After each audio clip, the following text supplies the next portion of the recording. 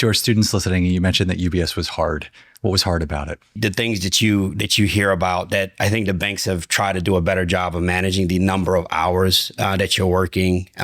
You have to have a lot of energy. You have to have a lot of stamina, fortitude, whatever word you want to use, but the hours were incredibly difficult. It was also a very fast pace for someone, and it's not to sort of put everyone in the same category. If you're from the South, like things move a little bit slower. At least that was my experience. And so moving to New York, I think the thing that was hard for me was perhaps outside of the four walls of UBS and adjusting to New York City, but then getting into those four walls and then having it be such a high pace environment that was very intense. That manifested itself in the hours often.